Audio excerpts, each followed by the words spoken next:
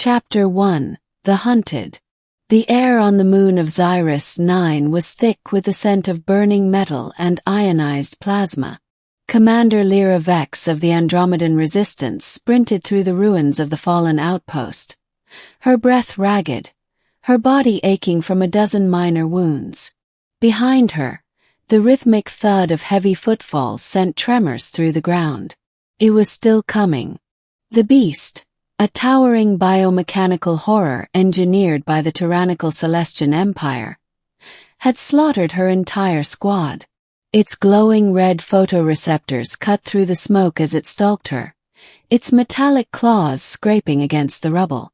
Lyra's pulse rifle was nearly depleted, and her comms were dead. She was alone. She ducked behind a collapsed durasteel beam, pressing a hand to her bleeding side. The Beast let out a guttural roar, shaking the ruins. Lira clenched her jaw. She had faced death before, but never like this, never with such certainty. Then a sound. Not the Beast. Voice. Human. Hey! Over here. Lyra's head snapped toward the source. A figure in a tattered environmental suit waved frantically from a half-buried hatch. His face was obscured by a cracked visor, but his voice was unmistakably Terran. She hesitated. Humans were rare in this sector, and most were mercenaries or scavengers.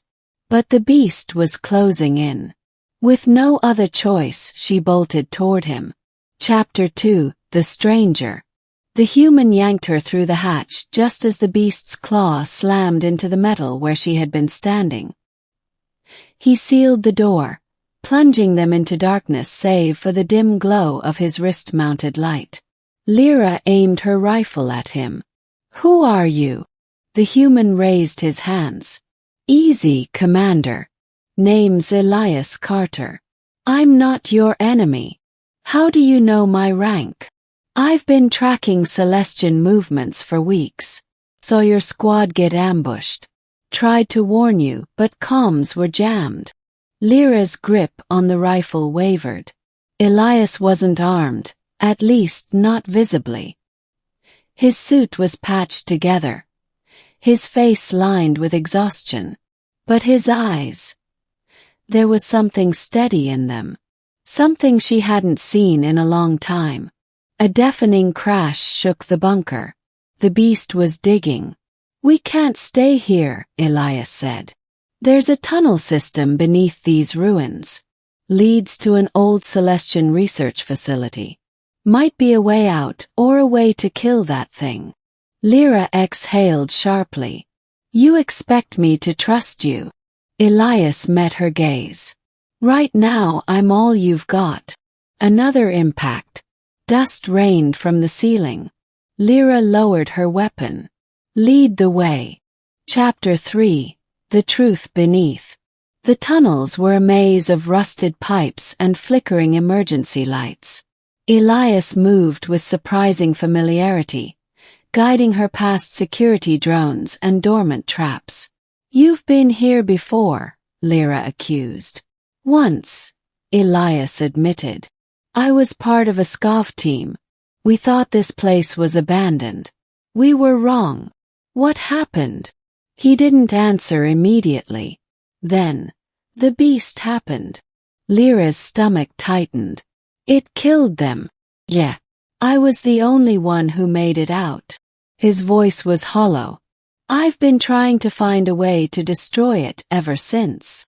She studied him. This wasn't just a scavenger.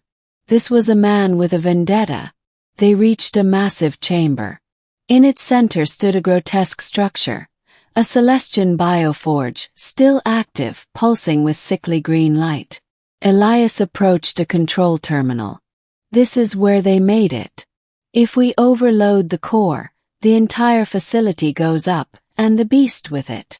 Lyra's eyes widened. "That's suicide." "Maybe. But it's the only way."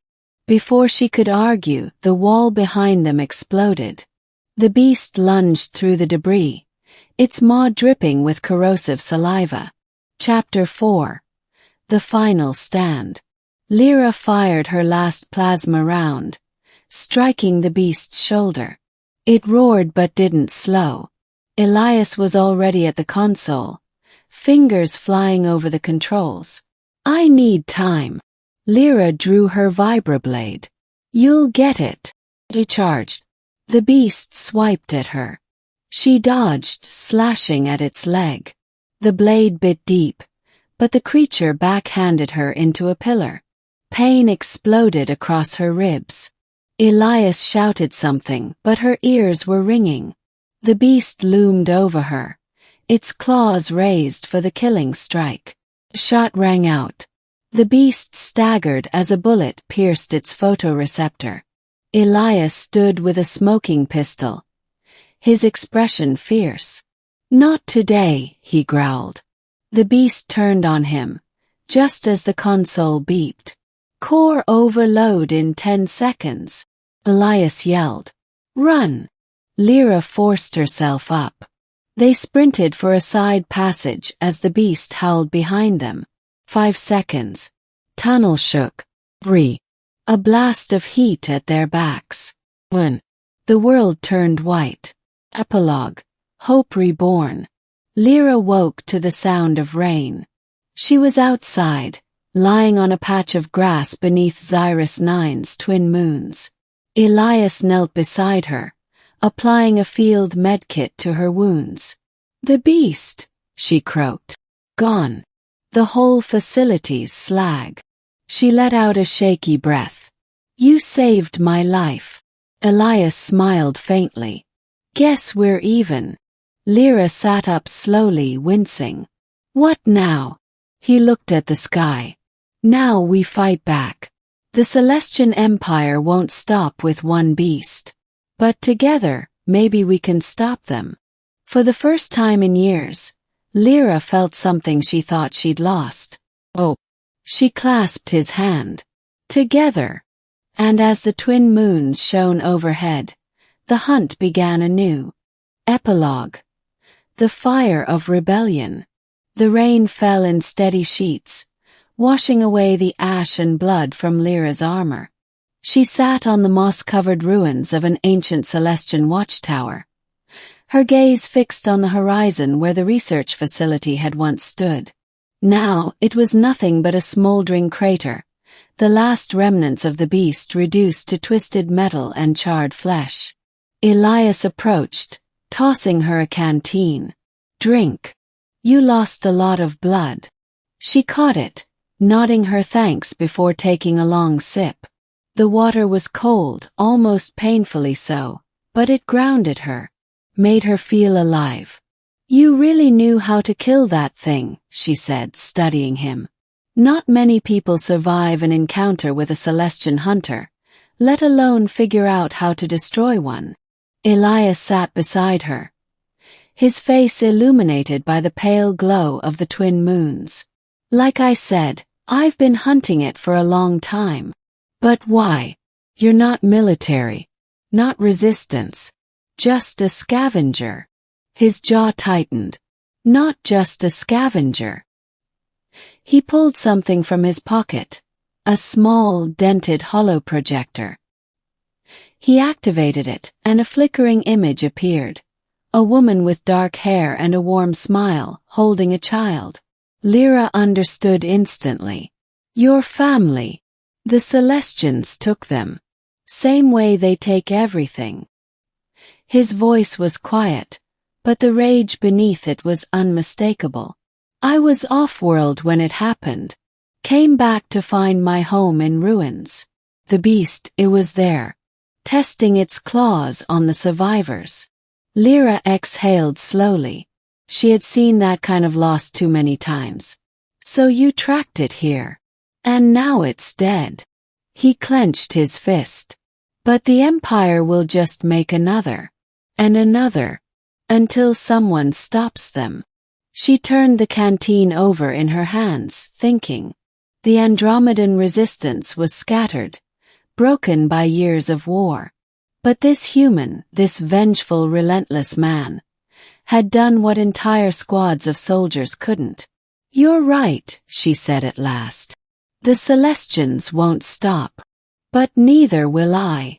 She met his eyes. And neither will you. Elias gave a grim smile. What are you suggesting? Lira stood, wincing only slightly at the pain in her ribs. I have contacts, safe houses, weapons. If we're going to burn the Empire down, we'll need more than luck. He rose beside her. You're talking about starting a war. No, she said, looking back at the ruins. I'm talking about finishing one. A silence stretched between them, heavy with understanding. Then Elias extended his hand. Then let's get to work. Lira clasped it. Above them, the twin moons shone like twin flames in the sky, a silent witness to the birth of something new. Not just survival, not just vengeance, but hope.